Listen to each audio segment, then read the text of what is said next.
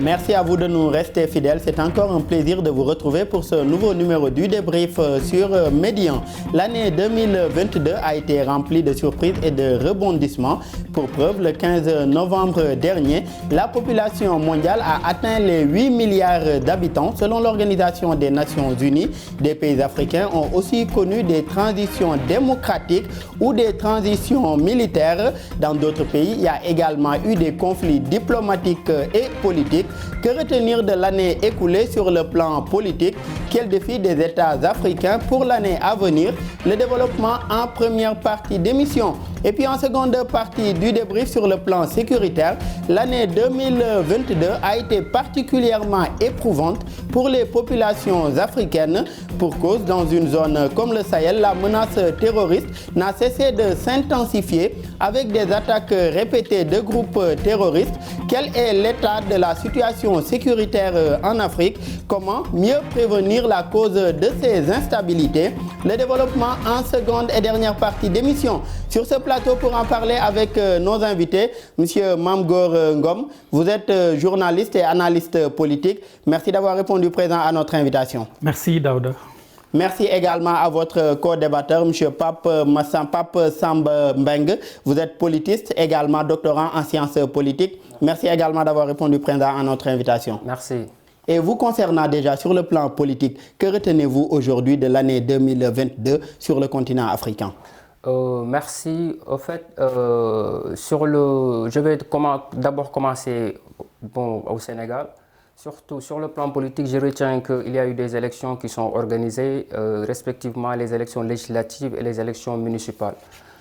Les élections législatives, j'ai retenu qu'il y a une percée quand même historique de l'opposition, parce que si on étudie l'histoire politique sénégalaise, on peut quand même conclure que l'opposition n'était pas tellement bien positionnée au niveau de l'Assemblée nationale, mais cette fois-ci, avec cette élection législative, on a vu que l'opposition quand même a engrangé beaucoup de voix au niveau de l'Assemblée nationale, et cela ne fait que quand même renforcer la démocratie sénégalaise. Et selon vous, qu'est-ce qui justifie cela aujourd'hui? Cela a commencé avec les élections locales, vous l'avez rappelé tout à l'heure, avec pas mal de mairies aussi remportées par ces opposants-là, et maintenant pour les législatives également. Le pays a d'ailleurs frôlé même la cohabitation.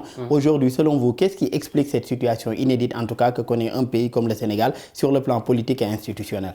D'accord.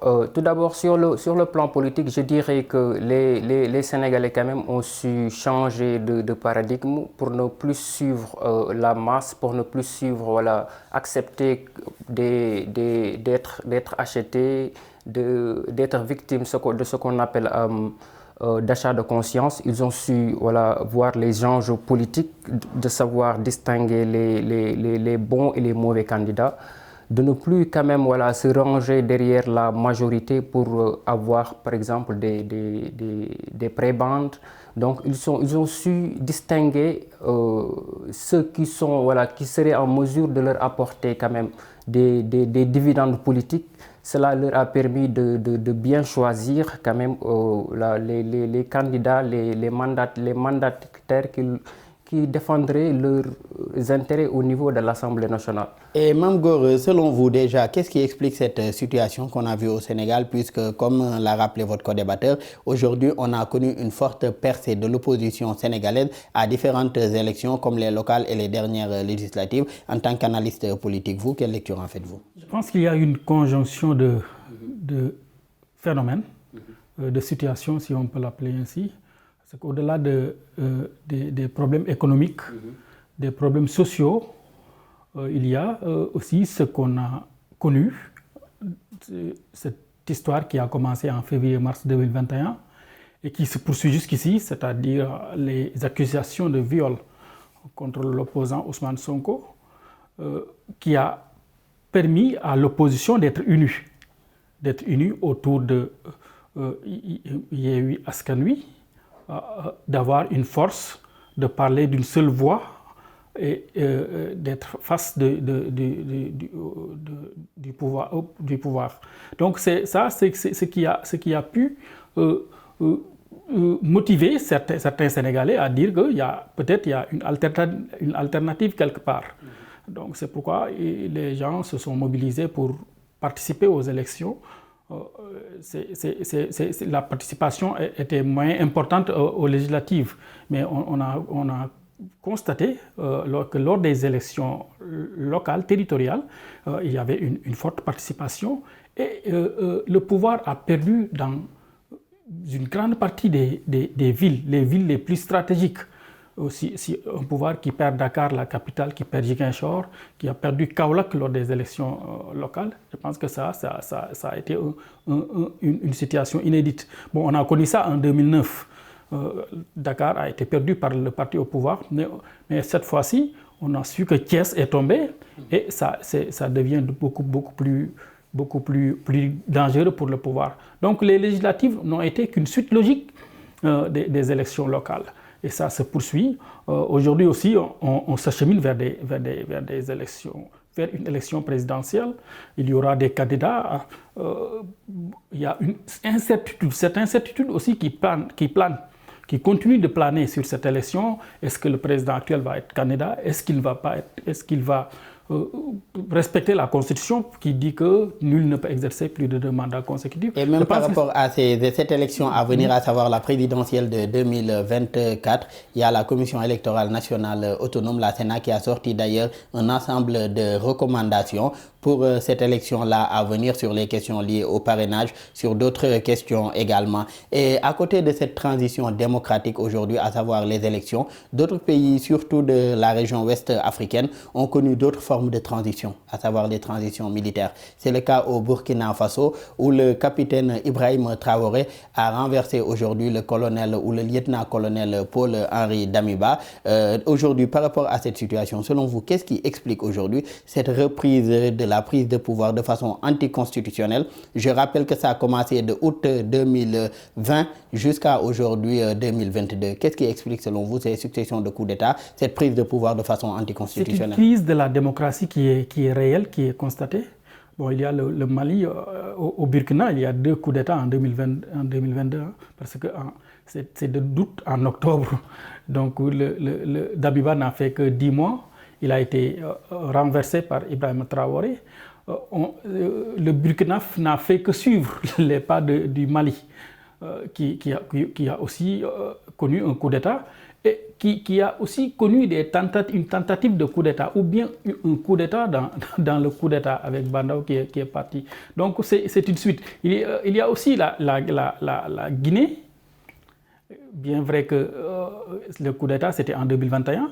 Mais jusqu'ici, il y a les incertitudes autour de ces coups d'État parce qu'on ne sait pas exactement ce qu'ils feront de leur pouvoir respectif.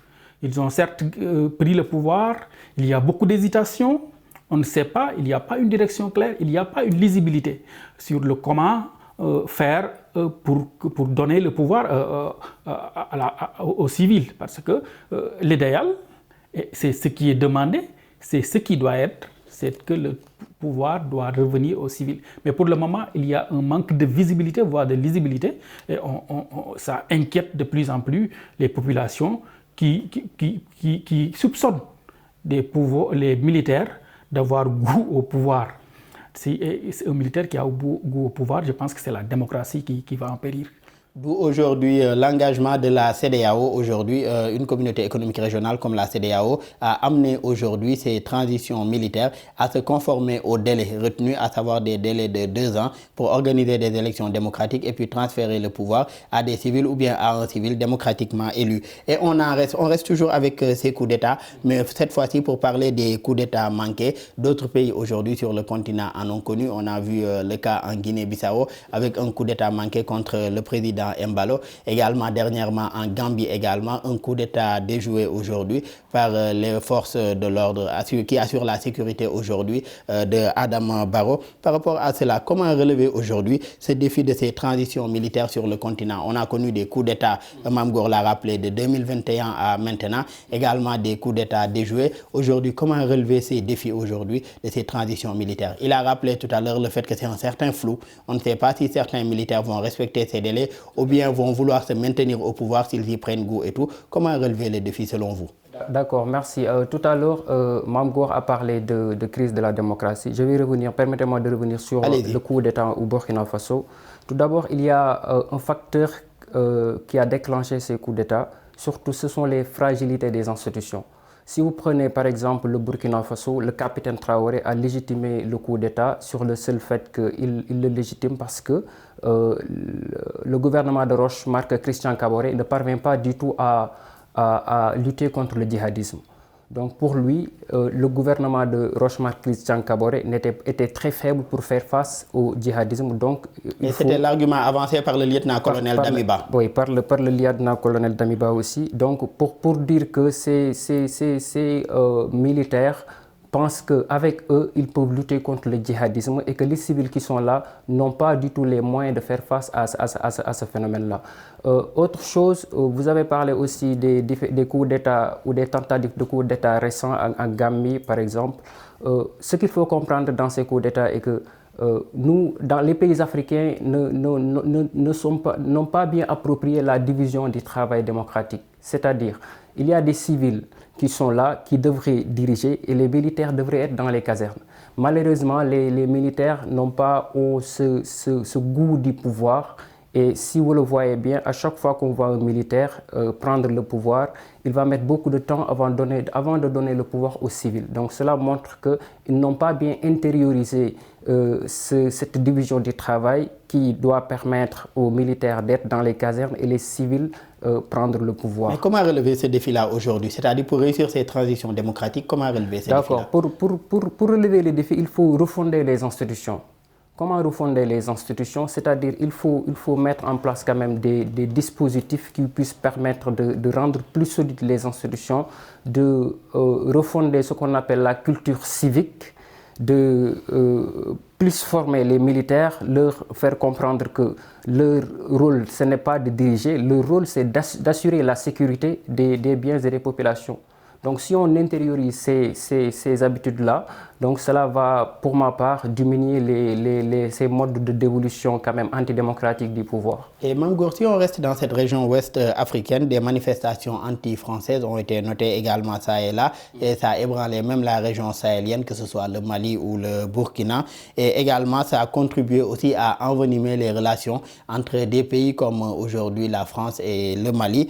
Dernièrement également, on a connu aussi des incidents entre la France également et le Burkina, avec deux Français aujourd'hui qui ont été arrêtés au Burkina et qui sont accusés par le pouvoir de transition d'espionnage. Ils ont été arrêtés et expulsés du Burkina. Aujourd'hui, quel impact de telles choses peuvent avoir sur les relations aujourd'hui entre également pays voisins? Puisqu'on voit que souvent ces heurts ou bien ces conflits entre Paris et Bamako ou bien entre Paris et Ouagadougou peuvent avoir aussi un certain impact ou bien une certaine influence sur les relations entre Bamako et ses voisins ou bien Ouagadougou et ses voisins.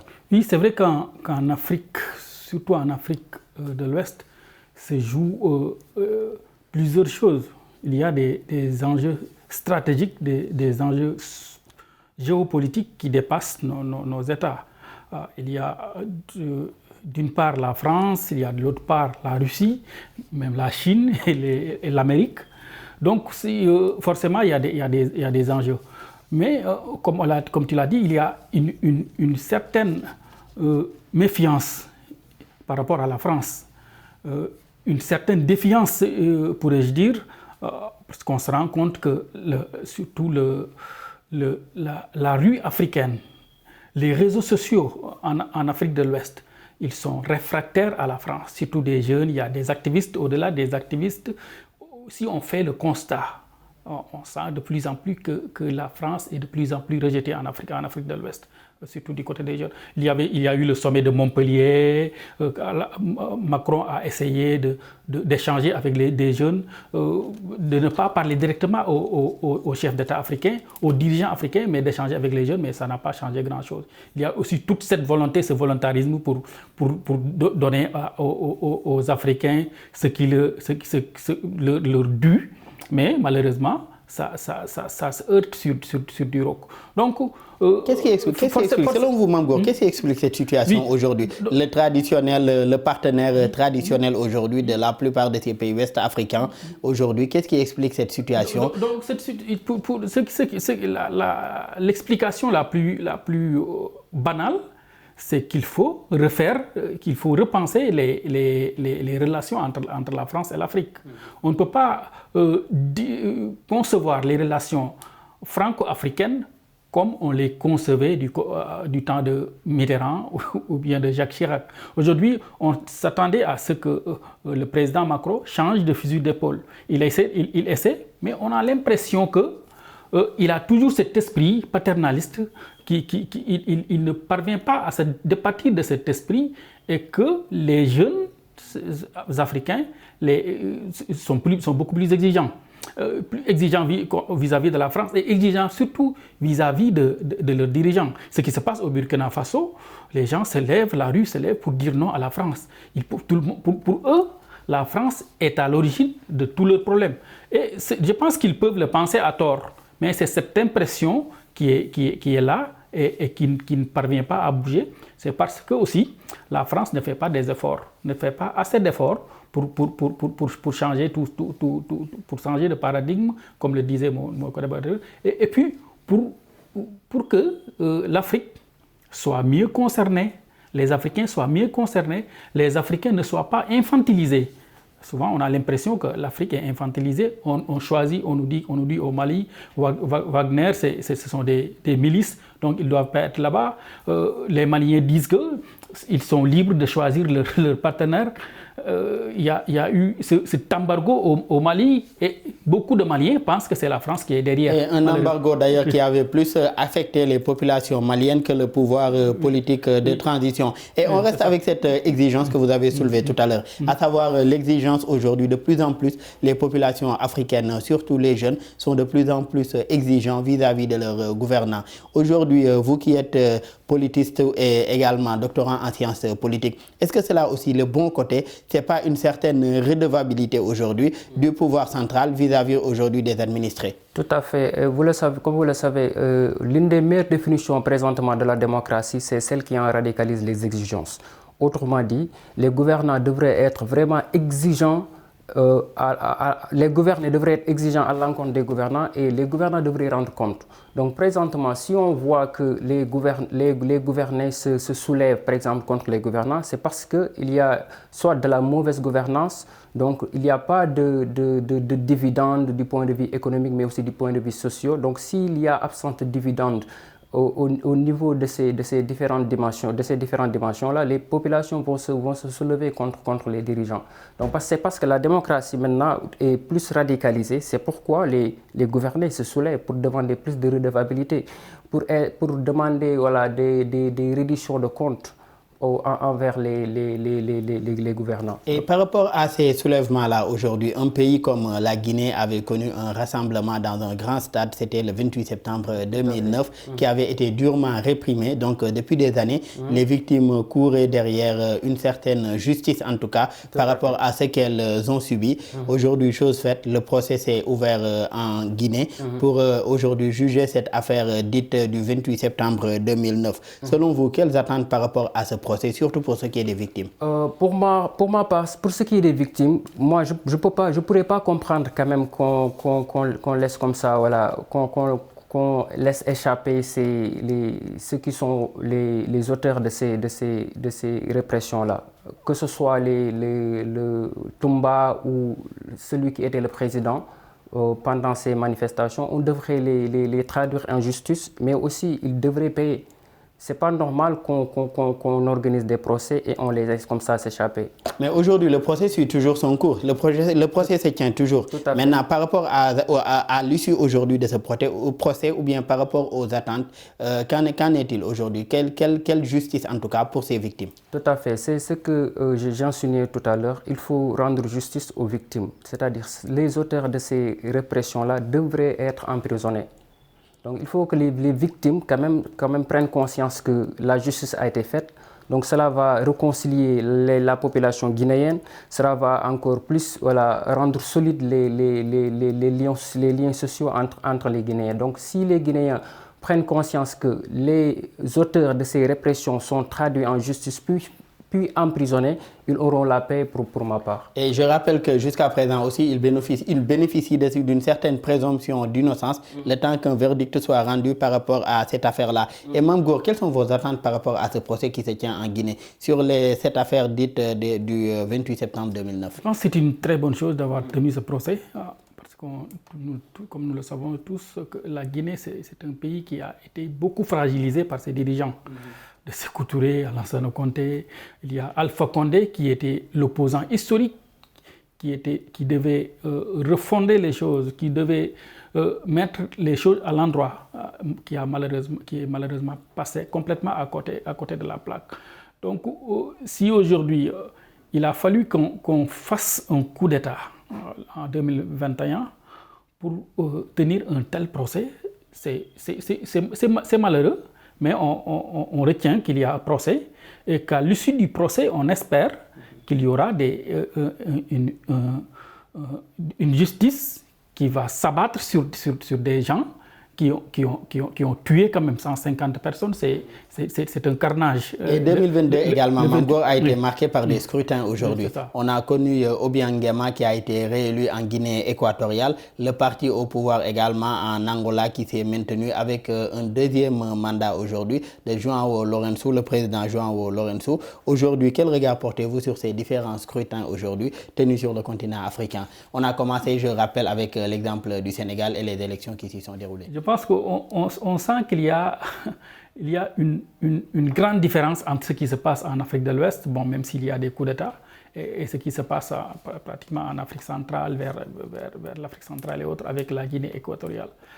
Mais en Guinée équatoriale, nous sommes dans une dictature, en quelque sorte. C'est le président qui est là-bas depuis des dizaines d'années et qui reste au pouvoir. Et qui a été réélu pour un 6e mandat. Donc il n'y a aucune surprise. Il y a aucune surprise. C'est pareil pour l'Angola, même si aujourd'hui on sait qu'il y a la justice qui est en train de voir avec la famille de l'ancien président. D'ailleurs, la justice a ordonné la saisie d'Isabel dos Santos. D'Isabel dos Santos. Bon, mais c'est la même politique. C'est le même système qui est là, donc on n'espère pas grand-chose. Même si le président actuel angolais, son cheval de bataille, c'est la lutte contre la corruption, c'est la réédition des comptes, mais on sait que par rapport quand même à ce qui se passe en Afrique de l'Ouest, on a vu au Niger, il y a un nouveau président. Au Sénégal, il y a 2 alternances, on espère une autre alternance. En Gambie, on note qu'il y a, même si Barrow est sur le qui-vivant, il est entre 2 feux. Parce qu'on ne peut pas gouverner un pays sans avoir une armée. Parce qu'on a l'impression que c'est trop informel, sans avoir confiance en cette armée. Parce que si un président est protégé par une armée étrangère, si l'aéroport est protégé par une armée étrangère, ça peut poser des problèmes. Je pense que c'est ce qui est souvent à l'origine de cette tentative de coup d'État, parce que de plus en plus, Barrow est devenu très impopulaire. Une certaine frustration notée. On reste avec cette question des armées aujourd'hui. On a aussi d'autres pays comme le Rwanda et la RD Congo, la République démocratique du Congo. 2 pays également qui traversent une certaine tension entre les deux, avec aujourd'hui Tshisekedi qui accuse le Rwanda de soutenir et d'armer les rebelles du M23, ce que dément également ou bien refuse le président Paul Kagame. Déjà, par rapport à ce genre de conflit ou de tension, comment mieux gérer ce genre de tension aujourd'hui à l'avenir entre États, surtout entre États voisins? D'accord. Donc il faut tout d'abord tabler sur la normalisation des relations entre les 2 États. Si on prend la République démocratique du Congo et le Rwanda, comme vous l'avez dit tout à l'heure, les Congolais accusent par exemple les Rwandais de soutenir les rebelles du M23. Donc, si on voit les faits, on peut dire que ces rebelles-là sont quand même essayent de malmener le gouvernement congolais. Parce qu'il y a des armes on soupçonne par exemple les Rwandais de soutenir les rebelles du M23, mais aussi les causes de cette aide-là sont militaires et miniers. Parce que le Rwanda a des intérêts miniers au niveau de ces zones-là. Donc, pour ma part, c'est la raison pour laquelle il essaye d'apporter une aide à ces rebelles du mouvement M23. Mais cela, quand même, ne légitime aucunement quand même cette aide dans la mesure où la République démocratique du Congo est un pays souverain, de même que le Rwanda. Étant des pays africains, même s'il y a des intérêts stratégiques. Pape Samba, à côté des tensions également, 2022 a été l'année des pourparlers également, l'année des cessez-le-feu. On l'a vu entre l'Éthiopie et le Tigré. Aujourd'hui, on a connu même une délégation d'officiels qui s'est rendue à Mekele, la capitale du Tigré, pour une première fois depuis 2 ans. Déjà, quelle lecture faites-vous, Mamgour, de cet apaisement, en tout cas, de la situation entre le Tigré et l'Éthiopie à la suite de l'accord signé à Pretoria en Afrique du Sud? Oui, mais on peut parler d'énième accord, parce qu'il y a eu des accords qui ont été signés et malheureusement, il n'y a pas eu de suite. Aujourd'hui, on espère que ça va être bien suivi et qu'on retrouve la sérénité dans cette partie de l'Afrique. Même il y a, au Tchad aussi, il y a des pourparlers à l'extérieur du pays comme à l'intérieur du pays, mais on se rend compte qu'il y a ce qui s'est passé, c'est dramatique avec la mort de plus de 100 personnes, selon des sources non officielles. Donc ça aussi, il faut qu'on veille à ça. Parce qu'il y a, cette volonté. Le continent africain, Mamgour, a également été fortement affecté par l'évolution aujourd'hui de la situation sécuritaire. Et ce sera la thématique en seconde partie d'émission. De retour pour la seconde et dernière partie du débrief, Mamgour Ngom. Je commence avec cette phrase aujourd'hui de la vice-présidente de l'organisation de la vice-secrétaire générale, autant pour moi, de l'Organisation des Nations Unies, Madame Amina Mohamed. Je la cite: l'intensification du terrorisme, qui est une menace majeure pour la paix et la sécurité internationale, est actuellement le plus durement ressenti en Afrique. Sur le continent africain, selon vous, comment est-ce que cette menace terroriste exploite l'instabilité et les conflits qu'il y a pour s'intensifier? Je pense que le terrorisme est loin d'être linéaire.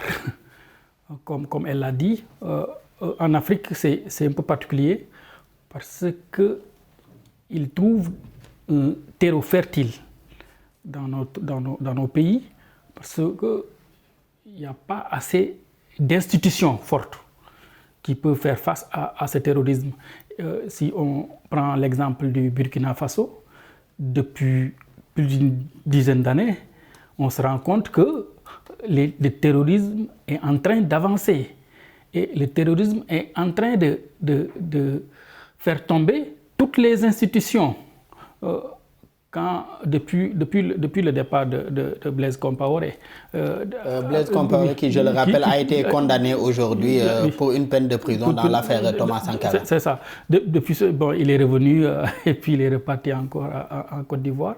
Mais on sait que depuis, on s'est rendu compte que le terrorisme gagne du terrain au Burkina Faso. C'est le même cas au Mali. Et quand il y a cette forte poussée du terrorisme, les populations en pâtissent. Et c'est ce qui permet, ce qui pousse au Mali comme au Burkina Faso, c'est ce qui a poussé les militaires à prendre le pouvoir, parce qu'il y avait une insécurité totale. Au niveau du Mali, il y avait un non-État des gens qui sont... Mais aujourd'hui, Mamgour, ces militaires qui prennent le pouvoir pour, disent-ils, régler la situation, ce sont ces mêmes militaires qui sont sur le terrain pour lutter contre le terrorisme également. Je voulais en arriver là. Les militaires au Burkina Faso, le Burkina Faso en est un exemple parfait. Damiba, il était venu pour dire que le président ne pouvait pas, Kaboré ne pouvait pas gérer la situation parce qu'il avait laissé faire. Mais on s'est rendu compte, à l'épreuve du pouvoir, il n'a pas lui aussi su faire grand-chose. Et ce sont les mêmes arguments que son successeur lui Ce sont les mêmes arguments que son successeur lui oppose pour prendre le pouvoir. Et on a peur qu'un autre, parce qu'il y a récemment une tentative de coup d'État aussi au Burkina Faso, on a peur que d'autres se servent de ces arguments aussi pour vouloir renverser le pouvoir actuel. Donc nous sommes dans un cercle vicieux qu'il y a le terrorisme, il y a la faiblesse des institutions, il y a la pauvreté que les terroristes aussi exploitent pour vivre, pour survivre, parce que les terroristes ne viennent pas du ciel. Ce sont des Burkinabés, ce sont des Maliens, ce sont des gens qui sont là-bas et qu'on utilise, qu'on exploite, et ou bien qui se laissent exploiter pour faire face à l'État central. Et donc c'est loin d'être facile, c'est loin d'être une affaire facile à régler. Et selon vous, qu'est-ce qui justifie aujourd'hui cette évolution rapide de la menace terroriste, surtout dans cette partie de l'Afrique, à savoir la zone Sahel? Tout à fait. En fait, la zone Sahel est très tendue. Donc déjà, si on remonte un peu, en janvier 2022, il y a un soldat français qui est tué, qui est le 53e soldat français tué du nom d'Alexandre Martin, brigadier. Donc, et ce décès survient sur fond de progression aussi de la société russe, la compagnie russe Wagner, le groupe de l'oligarque russe Evgeny Prigojine. Donc cela montre que la situation au niveau du Sahel est très tendue, d'autant plus que les Français maintenant commencent à quitter. Donc s'ils quittent, cela va rendre difficile quand même cette lutte contre les djihadistes. Tout à l'heure, mon co-débatteur l'expliquait, il y a en plus à cela s'ajoute un sentiment anti-français. Donc les Français commencent à quitter, mais aussi les Suédois, les Allemands commencent à quitter le Sahel. Cela va encore rendre plus difficile la situation au niveau du Sahel. Donc ce qu'il faut faire, c'est d'essayer de plus former les armées africaines pour qu'ils puissent faire face aux différents fléaux terroristes. Et par rapport à ce point-là, les terroristes, les groupes armés non étatiques ainsi que les réseaux criminels également poursuivent souvent leur stratégie en s'inspirant de financements comme la contrebande, la traite des êtres humains ou d'autres méthodes en tout cas de financement illicite. Ces derniers renforcent également leur présence, Mame Gor, comme vous l'avez rappelé tout à l'heure, au Mali, au Burkina, au Niger, ainsi que même dans le golfe de Guinée. Comment aujourd'hui contribue-t-il aussi à aggraver cette instabilité déjà existante et à impacter davantage ces communautés durement éprouvées? Tout à fait. Vous savez, les fléaux dont vous venez de citer, on peut l'appeler le crime organisé. Et l'Afrique de l'Ouest, surtout la zone Sahel, est une plaque tournante de trafic de drogue. Donc, à la recherche, pour rechercher des rentes, les groupes rebelles peuvent utiliser ces crimes organisés-là pour avoir de l'argent afin de financer leur rébellion.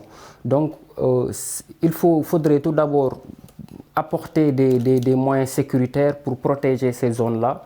Parce que si on les protège en investissant par exemple sur les forces de sécurité, cela peut pour ma part quand même atténuer ces insécurités dans ces zones-là. Mais Mame Gor, financer ces forces de sécurité, déjà dans cette zone-là, les États comme les communautés régionales sont confrontés à un sérieux problème de financement, que ce soit de leurs forces régionales ou bien même de leurs armées des fois. Donc, quelle solution par rapport à cela? Déjà que ce problème de financement se pose déjà. Si on ne suit pas le débat, la meilleure solution, c'est la bonne gouvernance. C'est-à-dire élire des présidents légitimes qui ont une claire idée de ce qu'ils doivent faire et puis qui vont chercher des moyens ou bien à qui on donne des moyens pour qu'ils puissent faire face à ce fléau qu'est le terrorisme. Parce que le terrorisme, se nourrit d'instabilité. Ça, c'est connu. On connaît le terrorisme, il y a le terrorisme dans les pays occidentaux et autres, mais c'est des phénomènes vite réglés ou bien qui ne peuvent pas avoir des secousses tellement tellurigiques au niveau de la société. Mais aujourd'hui, on se rend compte qu'un groupe terroriste quelconque peut déstabiliser complètement un pays. Parce que nos pays ont des moyens un peu réduits. Nos pays n'ont pas des armées. La plupart de nos pays n'ont pas d'armées fortes. Ou bien, au niveau des armées, il y a beaucoup de divisions. Donc, par rapport à ça, par rapport à ça déjà, avant les solutions, est-ce qu'il ne faudrait pas donc penser à prévenir cela, c'est-à-dire la prévention aujourd'hui de cet extrémisme ou de cet extrémisme violent pour éviter d'en arriver aujourd'hui à ces attaques terroristes-là? Oui, il faut pour prévenir, si on a un État fort, si on a un président légitime, si on a des gouvernants qui sont conscients de leur boulot, je pense qu'on peut prévenir en éduquant les citoyens, en les sensibilisant, en prenant le temps nécessaire pour montrer les fléaux, la cruauté que représente le terrorisme. Je pense que si on parvient à faire ça, on peut s'en sortir.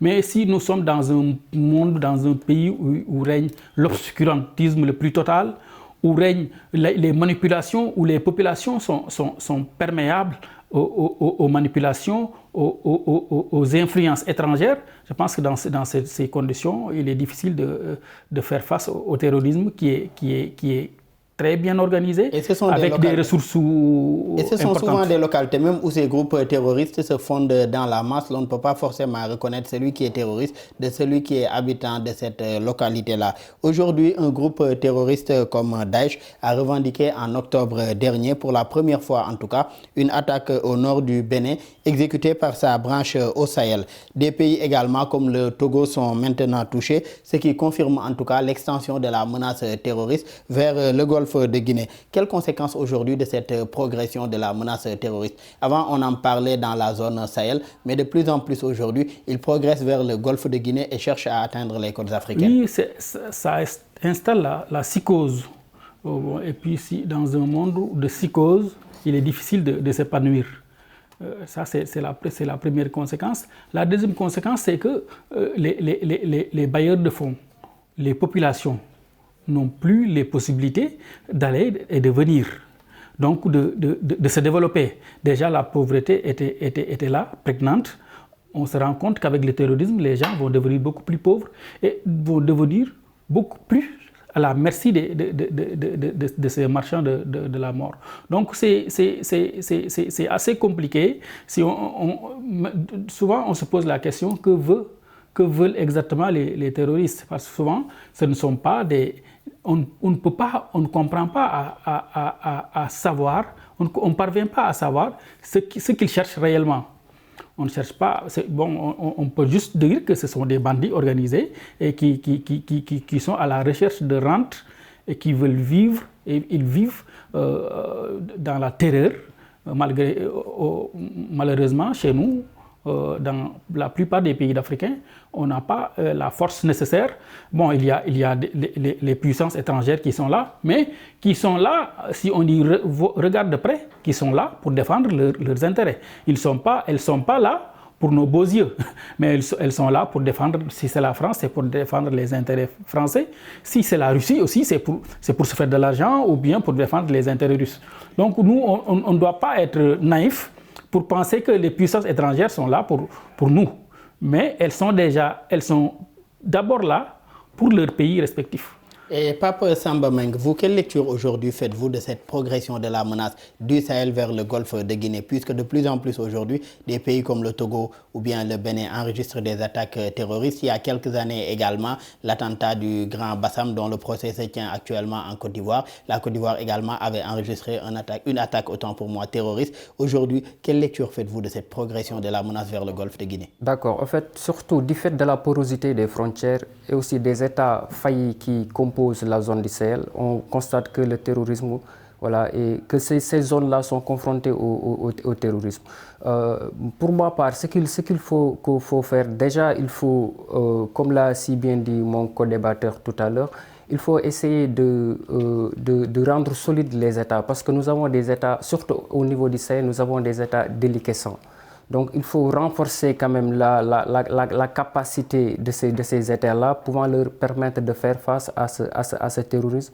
Mais aussi, n'oublions pas que le terrorisme a des causes très complexes, enchevêtrant des éléments structurels et non structurels. Quels sont les éléments structurels? Les éléments structurels sont la pauvreté, le chômage.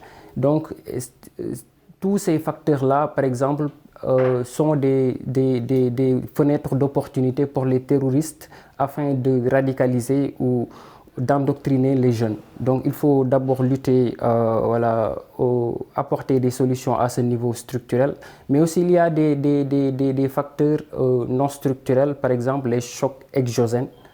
Le contexte géopolitique permet aussi aux terroristes de bien frapper. Donc il faut quand même réunir tous ces facteurs-là et essayer aussi de tabler sur la prévention. Vous l'avez dit tout à l'heure, il y a un rapport de 2018 fait par les Nations Unies et et la Banque mondiale sur la fragilité et le conflit.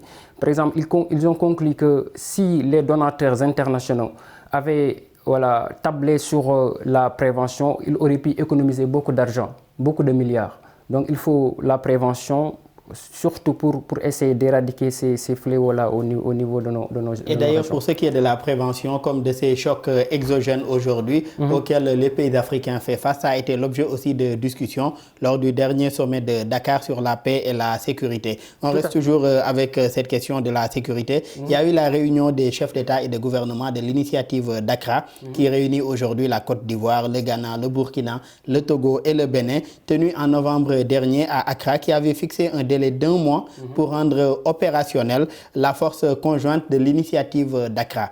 À côté également, il y a ce qu'on appelle la force conjointe également de la CEDEAO. Aujourd'hui, à cette rencontre de l'initiative d'Accra, le Mali et le Niger étaient invités comme observateurs ainsi que d'autres pays européens. Mais au vu de la menace aujourd'hui, est-ce qu'il ne serait pas mieux également de voir comment aller vers une synergie aujourd'hui de toutes ces actions pour une meilleure lutte contre le terrorisme? On a d'un côté une force aujourd'hui de l'initiative d'Accra, une force conjointe également de la CEDEAO. Est-ce qu'il ne serait pas mieux de voir comment fédérer tous ces efforts-là pour une meilleure efficacité de la lutte, d'autant plus que tout cela est lié au vu de ces États qui sont confrontés à cette menace-là? D'accord. Donc pour ma part, il faut unir les forces parce que des chevauchés solitaires mèneront toujours à des échecs collectifs ou à un échec collectif.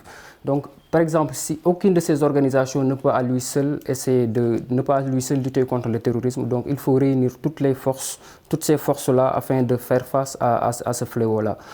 D'autant plus que, vous le savez, en Afrique, aucune armée africaine n'est capable de renverser le terrorisme. Donc il faut une intégration des différentes armées, il faut une intégration des différentes coalitions pour venir à bout au terrorisme. Déjà que c'est une menace difficilement identifiable et asymétrique pour être renversée aussi facilement. Tout à fait, c'est une nébuleuse. Le terrorisme est une nébuleuse parce que les terroristes sont des acteurs non étatiques. Autrement dit, ils n'ont pas de situation géographique ni de position géographique. Donc c'est très difficile de les identifier.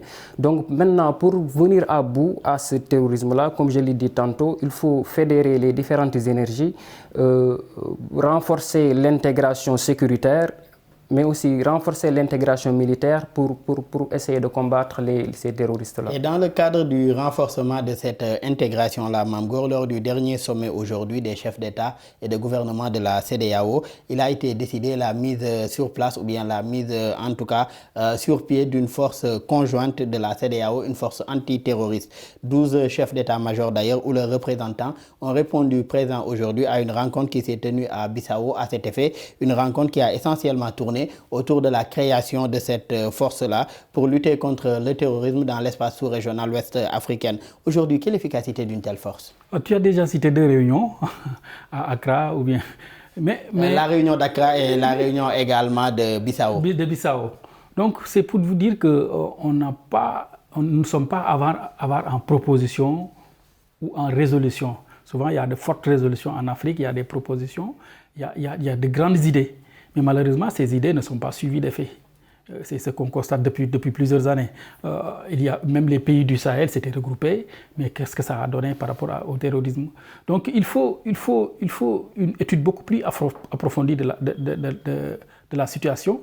Et il faut surtout, je reviens sur ça. Pour le regroupement de ces pays du Sahel que vous venez de citer, est-ce que ce G5 Sahel-là aussi ne semblait pas faire aujourd'hui doublon avec la CEDEAO qui existait déjà et dont les pays membres de ce G5 Sahel étaient également membres de la CEDEAO? C'était un doublon, mais tout le monde avait applaudi. Personne n'avait à redire. Tout le monde s'était dit que bon, c'est une très bonne initiative. Et puis le G5 Sahel, on a senti les résultats, ce n'est pas fameux quand même. Parce que les terroristes sont là, plus que jamais puissants. Et que les Africains continuent de souffrir de ce mal. Donc il faut, je pense qu'au niveau des États, parce qu'avant de parler de global, il faut parler de local. Au niveau des États respectifs, il faut du sérieux d'abord. Il faut des armées. On a évoqué le cas de la Gambie, un pays qui n'a même pas une armée, ou bien une armée divisée, une partie de l'armée était avec le président Yahya Jammeh. Quand le président est parti, beaucoup de militaires ont démissionné.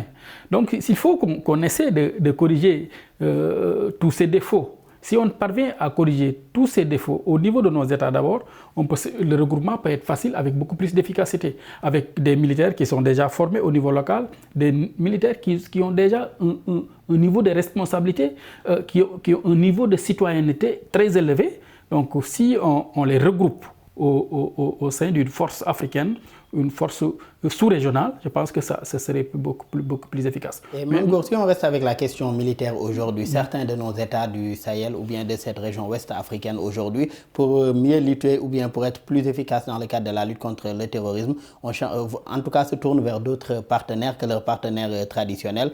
Vous l'avez rappelé tout à l'heure, ce qui fait que l'Afrique semble devenir aujourd'hui un terrain de bataille géopolitique entre grandes puissances, que ce soit la Russie, les États-Unis ou bien les pays occidentaux. Aujourd'hui, face à cette guerre géopolitique entre ces grandes puissances-là, comment aussi les États africains devraient ou bien pourraient tirer leur épingle du jeu? Pour tirer leur épingle du jeu, c'est simple. Il faut d'abord penser à nos États avant de penser aux intérêts des puissances, entre guillemets, occidentales. Le président sénégalais doit d'abord dire le Sénégal d'abord. Le président Adama Barrow de la Gambie d'abord. Tous les présidents doivent penser Afrique, doivent penser local avant de penser à gérer les intérêts des puissances occidentales. Malheureusement, ce n'est pas le cas. On se rend compte que ce sont les puissances étrangères, la France notamment, que beaucoup dénoncent à tort ou à raison, qui sont en train de dicter une certaine politique à nos États. De piller nos ressources. Parce qu'aujourd'hui, on ne gère pas, on ne parle pas de grandes querelles. Parce que les grandes querelles, ce sont comment on doit gérer nos ressources naturelles. Comment faire pour que les populations bénéficient de ces ressources naturelles, pour que la pauvreté foule le camp, pour que les gens soient sérieusement éduqués. Pour que les gens soient mis dans de très bonnes conditions de vie, pour que la santé marche, ne soit plus malade. Je pense que ça, ce sont des règles élémentaires. Faire de ces ressources naturelles et extractives des leviers pour le développement et non à chaque fois des sources de conflits ou bien de différences dans ces pays africains. Et aujourd'hui, quelle lecture vous faites-vous, M. Mbengue, de cette guerre géopolitique aujourd'hui qui se mène sur le continent africain entre grandes puissances, que ce soit la Russie, la Chine, des pays occidentaux ou les États-Unis?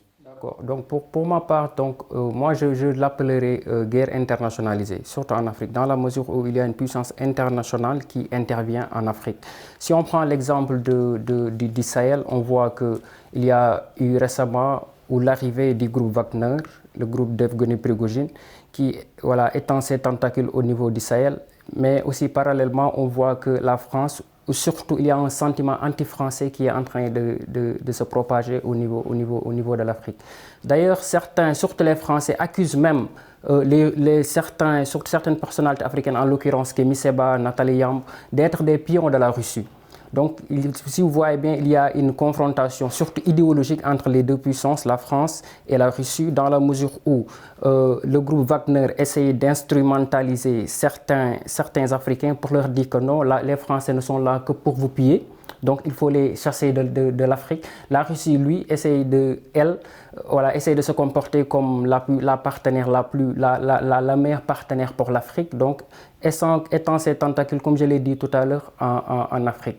Donc, pour ma part, ce que je retiens, c'est de prendre la position de Nana Akufo-Addo, le président ghanéen. Il est sorti récemment sur Jeune Afrique pour dire que non, nous, en tant qu'Africains, nous devrons être souverains. On n'accepte plus que des puissances étrangères viennent...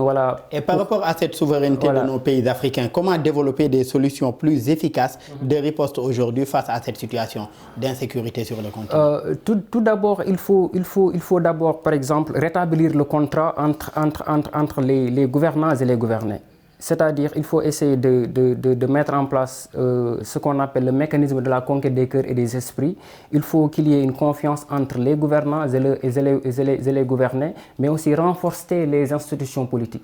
Renforcer les institutions politiques, c'est-à-dire c'est renforcer déjà les armées africaines, de plus former les armées africaines, parce que si ces armées-là ne sont pas formées, ils ne pourront pas du tout être voilà, prêts pour venir à bout à ces différents fléaux, en l'occurrence le terrorisme, les trafics frontaliers, le crime organisé, le banditisme, etc. Beaucoup de propositions de solutions, Mame Gor, et ce nouveau qui faisait ce numéro en tout cas du débrief et qui fait le rétro en tout cas de la politique ou de la situation politique sur le continent et de la situation sécuritaire en 2022. Pour cette année à venir, Mame Gor, 2023, quelles sont vos résolutions? Que les résolutions, je pense qu'il faut que les petites querelles nous quittent et qu'on entame 2023 avec beaucoup plus d'ambition, avec de grandes querelles, c'est-à-dire des débats autour de nos ressources naturelles, des débats qui font progresser la démocratie, des débats qui nous mènent à quelque part ou bien sur quelque chose de viable.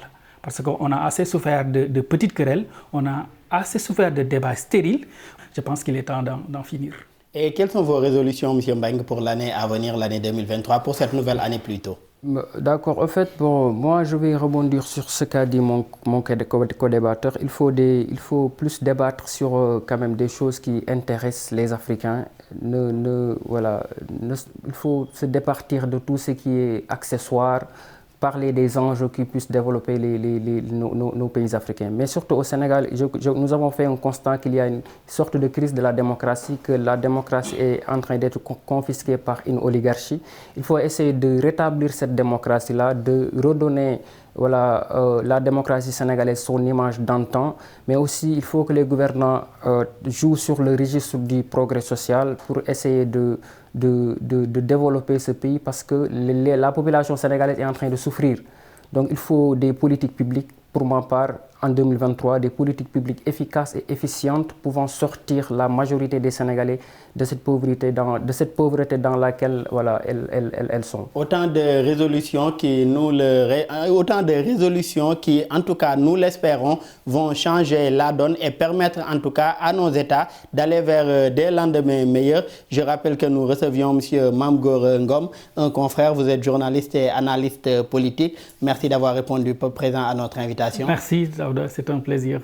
Plaisir partagé. Merci également à M. Pape Samba Mbengue, politiste et également doctorant en sciences politiques. Votre première participation au débrief. Merci d'avoir été avec nous. Merci. Merci beaucoup. C'est partagé. Merci. Merci également à tous les deux invités. Je vous souhaite également une bonne et heureuse année 2023. Nos meilleurs vœux également. Nos meilleurs vœux à vous tous qui nous avez suivis tout au long de cette année 2022. Nous vous souhaitons le meilleur, que cette année 2023 soit pleine de très bonnes surprises et beaucoup de réussite en tout cas pour vous tous qui nous suivez. Merci également à cette équipe technique qui nous accompagne depuis le début, qui nous a accompagnés tout au long de cette année 2022. Nos meilleurs vœux également aux collègues de l'équipe technique. Merci à vous tous qui nous suivez. Très bonne suite de programmes sur nos antennes.